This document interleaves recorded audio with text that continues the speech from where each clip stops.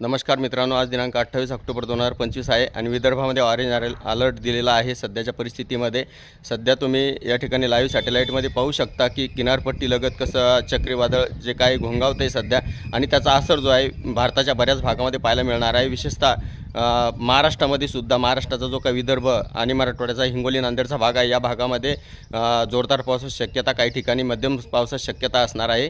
काही ठिकाणी पूर परिस्थिती निर्माण होऊ शकते. त्यामुळे विदर्भ आणि मराठवाड्यातील हिंगोली नांदेड या जिल्ह्यांना सतर्कतेचा इशारा आहे सध्याच्या परिस्थितीनुसार.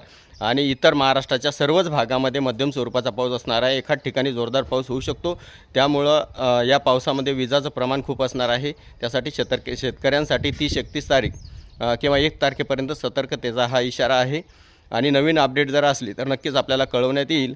परंतु विदर्भामध्ये, खास करून विदर्भ, हिंगोली, नांदेड म्हणजे विदर्भाचे संपूर्ण जिल्हे आलेत. त्यामध्ये बुलढाणा असेल, त्यानंतर यवतमाळ असेल, किंवा इकडे खाली चंद्रपूर असेल, भंडारा असेल, गोंदिया असेल, या सर्वच भागामध्ये पावसाची शक्यता, म्हणजे चंद्रपूर, भंडारा, गोंदिया या भागामध्ये जास्त असण्याची शक्यता आहे.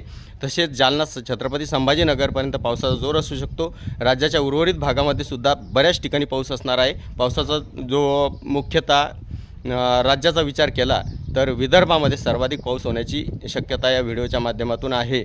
आणि लाईव्ह सॅटेलाईटमध्ये तुम्हाला जशी काही नवीन अपडेट येईल तशी देण्याचा प्रयत्न मी नियमित करेल. धन्यवाद.